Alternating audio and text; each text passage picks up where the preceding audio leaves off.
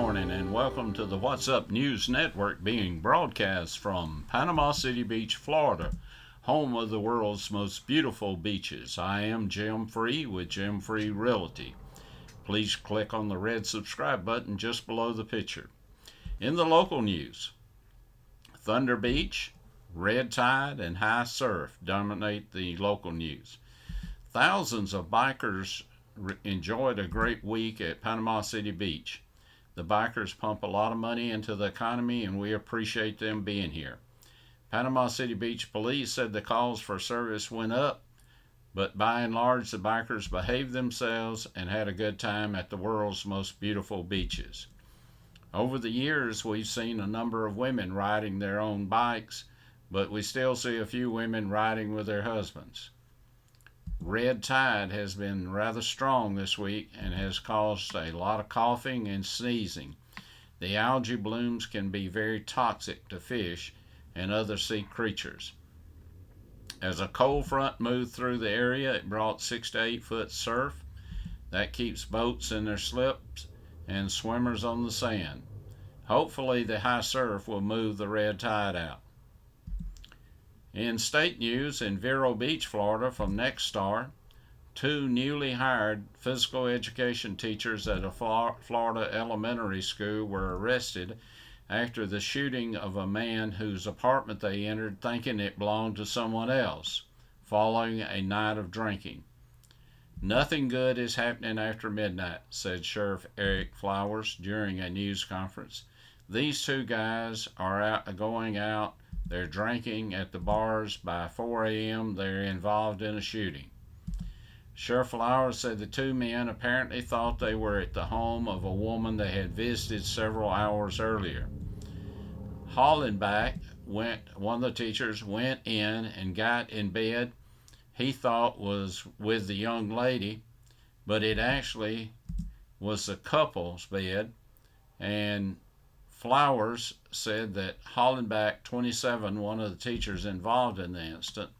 The report said Darius Cohen, the other teacher, got into a scuffle with the male occupant while outside the unit. The report says that Cohen chased the owner and fired 4 shots at him, striking him once in the back. The sheriff's office said that the man's injury wasn't life-threatening. David Moore, the school superintendent, said that during the news conference that he fired both men from their teaching positions last week. Cohen is facing a charge of attempted felony murder. His fellow teacher, Hallback, 27, is facing a charge of possession of a controlled substance.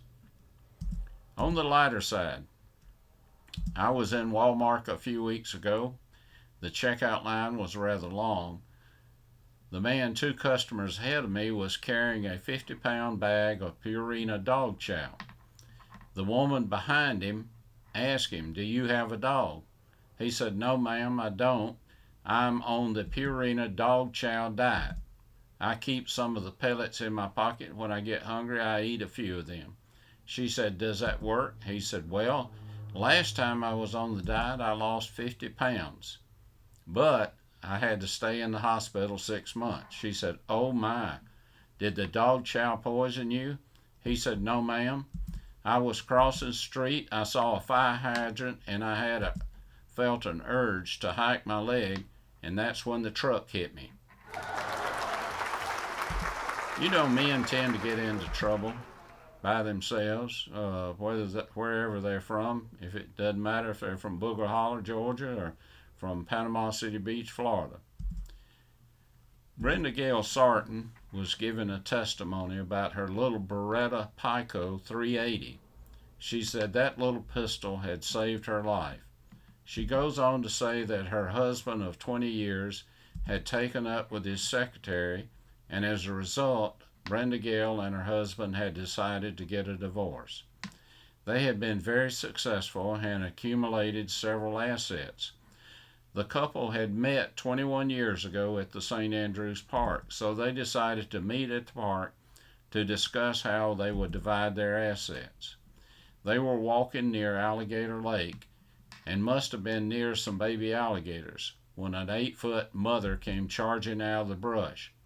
Brenda Gale said, "Luckily, I had my little Beretta Pico with me and was able to get off a well-placed shot that saved my life." The interviewer said, "Do you mean that you took down an 8-foot alligator with one shot from a .380? "Oh, no," explained Brenda Gale. "I didn't shoot the alligator. I shot my soon-to-be ex-husband in the kneecap." Well, we had a little excitement in Booger Holler. Tommy James, a 15-year-old boy, came home with a Porsche, and his parents began to yell and scream. "Where did you get that car?" He calmly told them, "I bought it today." "With what money?" demanded his parents. "We know that a Porsche cost a lot." "Well," said Tommy, "this cost me $15. The parents began to yell even louder. "Who would sell a car like that for $15? "It was the lady who lives in the new house on Booger Holler Road just past Morgan Dairy," Tommy said. "Don't know her name. They just moved in. She saw me ride past on my bike and asked me if I wanted to buy a Porsche for $15. "Oh my goodness," moaned Tommy's mother. "She must be one of those child molesters that we read about in the Atlanta paper. Who knows what she would do next? John, you go right up there and see what's going on." So Tommy's father drove to the house where the lady lived and found her in the yard planting flowers. He introduced himself as the father of the boy who she had sold a Porsche to for $15 and demanded to know why she did it.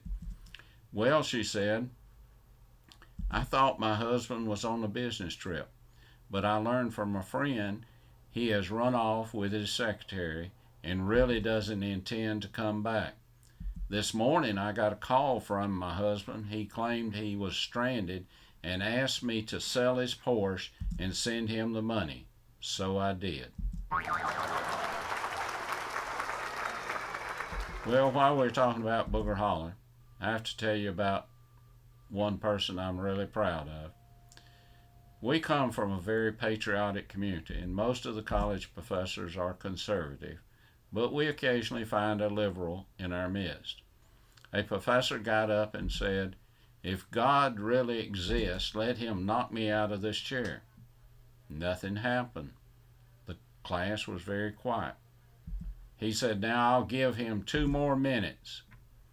A Marine vet from Booger Holler happened to be in the class. He stood up, punched him in the face, knocked him out of the chair, then sat back down. When the professor came to, he looked at his student and said, "Why did you do that?" The Marine said, "God was busy protecting my buddies still fighting for your right to say and do stupid stuff like this, so he sent me." From the national news in the New York Post,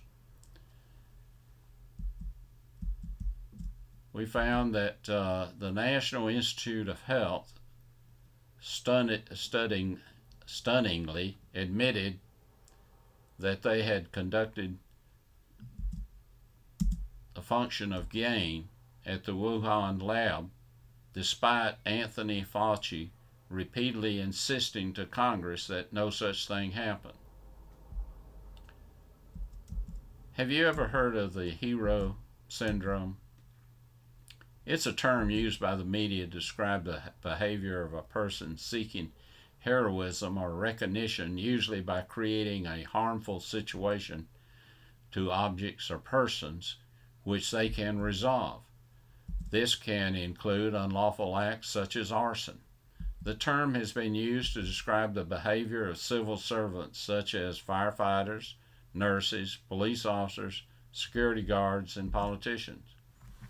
I suppose it could apply to a health official who started a pandemic and then tried to save us. If such a person did exist, he would probably be on TV every day telling us what we should do so he could save us from the virus. Oh well, just a thought. The left-wing Democratic Party, along with the teachers' union, continue to push critical race theory and critical gender theory on our school-age children. The people are behind this nonsense are in the minority, and for too long we have let the tail wag the dog. But I believe we are awakened now, and this will soon come to an end. Do we really care what Hollywood bunch of folks have to say about our school systems or our government? The president and his left-wing party want to devalue the currency of our country. Everything they can put our country deeper in debt. Inflation is already hurting the middle class. The president wants to add or hire 87,000 new IRS employees to go after the some 800 billionaires in the country. This would double the size of the IRS. That would be about 108 agents on each billionaire. Do you think the billionaires will leave their money and their factories in this country if the taxes are raised on them and everything they do is scrutinized by dozens of IRS agents? I doubt it. The lower income citizens don't pay taxes. They receive IRS earned income tax credit that you pay for. So that leaves the middle class that will pay all the taxes. They are trying to tax everyone on unrealized capital gains. They try to sell this as just a tax on the rich, but they are really looking at the middle class. Let's suppose that last year your home was worth $100,000 and you have no intention of selling it. But because of inflation and the housing shortage, your home is now worth $175,000. The president would want you to pay tax on that $75,000 unrealized capital gains. The same thing would apply to stock you might own or to your retirement fund. If you think they're not aiming for you, why do you think they want the IRS to be able to see everything in your bank account if you have over a $600 transaction? I have been described as a deep thinker by some of the folks in Booger Holler who are also deep thinkers, but I still have some things that bother me, and perhaps you can help me. If the number 2 pencil is the most popular, why is it still number 2? Why do we drive on parkways and park on driveways? Why does fat change and slim change mean the same thing? Why do people say heads up when you should duck? And why are there no B batteries? And most importantly, why is a pair of underwire just one item? Well, there you go. That's the news, and that's my opinion. Until we meet again, may God bless you, your family, and this great nation that we live in.